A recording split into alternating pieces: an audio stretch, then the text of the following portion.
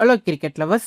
இன்னைக்கு இந்த வீடியோவில் நம்ம என்ன பார்க்க போகிறோம் அப்படின்னு பார்த்தீங்கன்னா மக்களே, இன்னைக்கு தான் மக்களே ஓடிஐ சீரிஸ் வந்து ஸ்டார்ட் ஆகுது மக்களே. யாருக்கும் அப்படின்னு பார்த்தீங்கன்னா இந்தியாவுக்கும் ஆப்கானிஸ்தானுக்கும் இன்னைக்கு தான் மக்களே ஓடிஐ சீரிஸ் வந்து ஸ்டார்ட் ஆகுது. அதை பற்றி தான் இன்னைக்கு இந்த வீடியோவில் வந்து பார்க்க போகிறோம் மக்களே. அதுக்கப்புறம் எதை பற்றி பார்க்க போகிறோம் அப்படின்னு பார்த்தீங்கன்னா மக்களே, நம்மளோட கேன் வில்லியம்சன் வந்து இன்டர்நேஷனல் கிரிக்கெட்லேருந்து ஆல் ஃபார்மேட் கிரிக்கெட்லேருந்து ரிட்டைர்மெண்ட்டை வந்து அனௌன்ஸ் பண்ணியிருக்காரு மக்களே. அதை பற்றி நம்ம வந்து பார்க்க போகிறோம். வீடியோக்குள்ளே போகிறதுக்கு முன்னாடி ஒரு லைக் ஒரு ஷேர் மறக்காம ஒரே ஒரு சப்ஸ்கிரைப் மட்டும் பண்ணிக்கோங்க மக்களே. இப்போ வந்து நம்ம வீடியோக்குள்ளே போயிடலாம். ஃபஸ்ட்டு வந்து நம்ம எதை பற்றி பார்க்க போகிறோம் அப்படின்னு பார்த்தீங்கன்னா மக்களே, நம்மளோட கேன் மாமா வந்து இன்டர்நேஷனல் கிரிக்கெட்லேருந்து ரிட்டைர்மெண்ட் வந்து அனௌன்ஸ்மெண்ட் வந்து பண்ணிட்டார் மக்களே. நேற்று வந்து அனௌன்ஸ்மெண்ட் வந்து பண்ணியிருக்காரு. இது வந்து அஃபிஷியல் நியூஸ் தான் மக்களே, எதுவும் வந்து ரூமர் தான் கிடையாது, வந்து அஃபிஷியல் நியூஸ் தான்.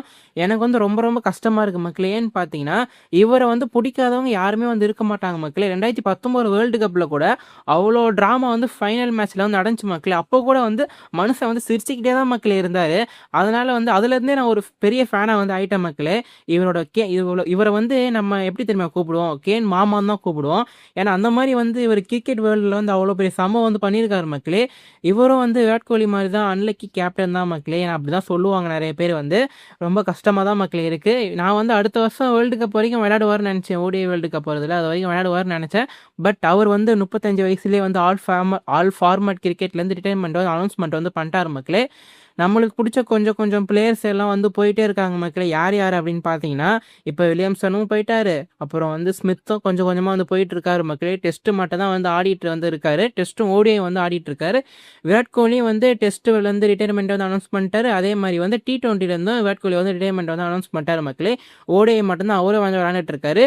ஜோ ரூட்டும் அதே மாதிரி தான் T20 வந்து விளையாடுறது கிடையாது. ஓடிஐயும் டெஸ்ட்டும் மட்டும்தான் மக்களே விளையாண்டுட்டு வந்து இருக்காரு. ரொம்ப வந்து கஷ்டமாக இருக்குது மக்களே. கொஞ்சம் கொஞ்சமாக அந்த பிளேயர்ஸ் எல்லாம் வெளியே போய்கிட்டே இருக்காங்க. பார்ப்போம் அடுத்து என்ன நடக்க போகுதுன்னு.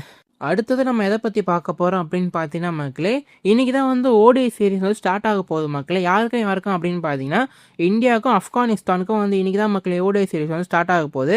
இதில் வேற வந்து பார்த்தீங்கன்னா விராட் கோலி வந்து ஆட போகிறது கிடையாது, ஹர்திக் பாண்டியாவும் ஆட போகிறது வந்து கிடையாது மக்களே. ஏன்னு பார்த்தீங்கன்னா 2 பேருமே வந்து இன்ஜுரினால வந்து ரூல்ட் அவுட் வந்து ஆயிருக்காங்க மக்களே. அதனால் வந்து இந்த சீரீஸுக்கு பெருசாக வந்து ஐப் வந்து இல்லை மக்களே.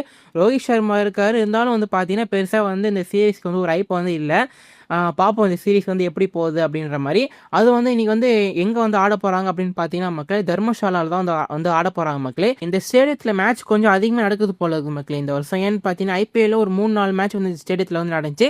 அதே மாதிரி வந்து இன்டர்நேஷனல் மேட்சும் இங்கே வந்து இந்த ஸ்டேடியத்தில் வந்து நடக்குது மக்களே. அதிகமாக வந்து ஸ்டேடியத்தை வந்து பார்க்குற மாதிரியே இருக்குது. ரொம்ப அழகான ஸ்டேடியம் மாதிரியா சூப்பராக இருக்க மேட்ச் பார்க்க. அப்புறம் வந்து பார்த்தீங்கன்னா மக்களே, அங்கே கொஞ்சம் மழை வேற கொஞ்சம் ஹெவியாக வந்து பேஞ்சிக்கிட்டு இருக்கு வேணா சொல்லிட்டு இருக்காங்க தர்மசாலாவில். பார்ப்போம் மேட்ச் நடக்குதா இல்லையான்னு.